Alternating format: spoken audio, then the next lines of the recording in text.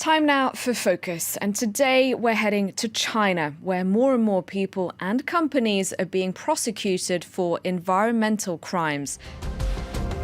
Right now the world is being completely plundered of its natural resources. Organized groups are making lots of profits. We're losing huge amounts of very important fauna and flora. Chinese criminal syndicates are involved in a number of environmental criminal markets in China and abroad. Despite a solid regulatory framework, authorities must step up efforts to curb the unlawful exploitation of natural resources. As the world's most populous country, and with the second highest GDP and third largest land area, China is a significant stakeholder in the global economy and is present in virtually all economic sectors worldwide.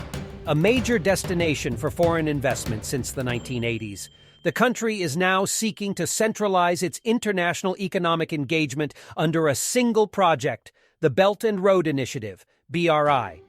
There has been much debate on the positive and negative effects of the BRI, particularly in terms of economic development and environmental impact, and Chinese involvement in environmental crime is of particular concern.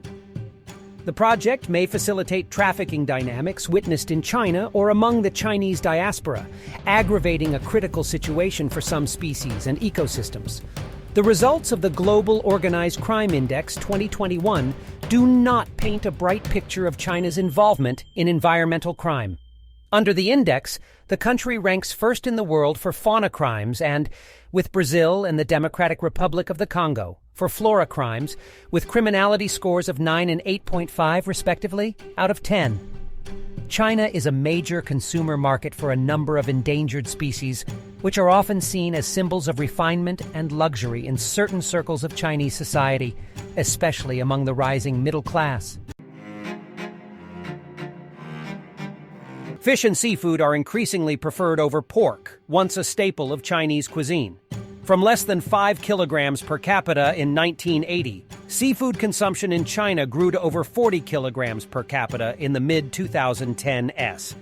The country has emerged as a major player in the fishing sector, and Chinese companies seem to be increasingly involved in illicit, unregulated, and unreported IUU fishing, as seen in the results of the IUU Fishing Index, where it is the worst-ranked country.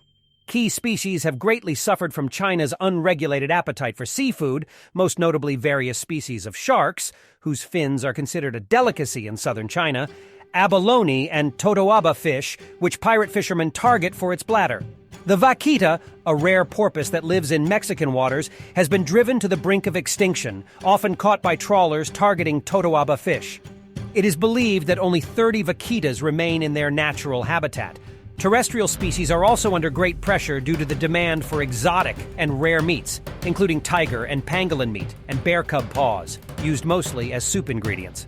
Species used for this niche cuisine are illicitly imported from Southeast Asia, or in the case of pangolins, Africa, or are served to Chinese customers in lawless enclaves in northern Myanmar and Laos that constitute hubs for gambling, money laundering, drugs, weapons, and human trafficking.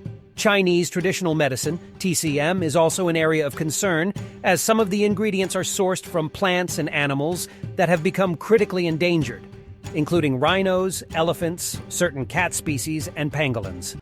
Most of these species are protected by China's national wildlife law, but loopholes are exploited.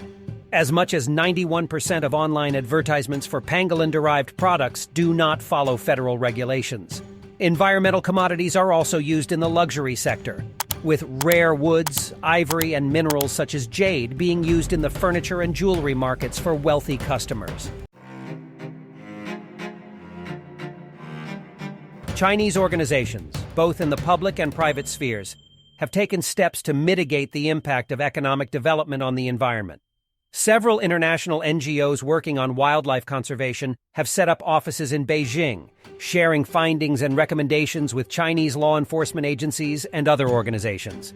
Chinese and international NGOs are engaging with national tech companies to reduce the number of wildlife-based products advertised on their websites.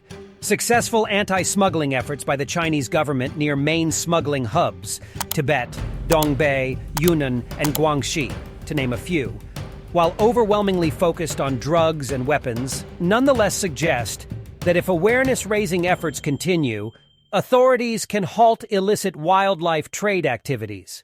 In 2021, pharmaceutical executives received prison sentences after being caught laundering imported pangolin scales into the Chinese TCM industry in what was seemingly a strong signal sent to criminal actors within China. The State Forestry and Grasslands Administration, China's regulatory body that handles wildlife and forestry issues, is currently reviewing its pangolin scale certification mechanism, a tacit admission that the current system is prone to manipulation and exploitation, contributing to the gradual extinction of pangolins. Despite these positive initiatives, China must dramatically step up its efforts to curb the illicit wildlife trade and the unlawful exploitation of natural resources in the mainland and abroad. These efforts are especially urgent in the context of the BRI, which seeks to extend Chinese influence abroad, sometimes in countries that have poor environmental crime records themselves. Thank you for watching the video. I really appreciate it. I do apologize about using AI voice for my previous videos. I was not sure if I could do the voice or if you're going to but here it is. If you like it, subscribe for more videos like this and hit that like button for the YouTube algorithm.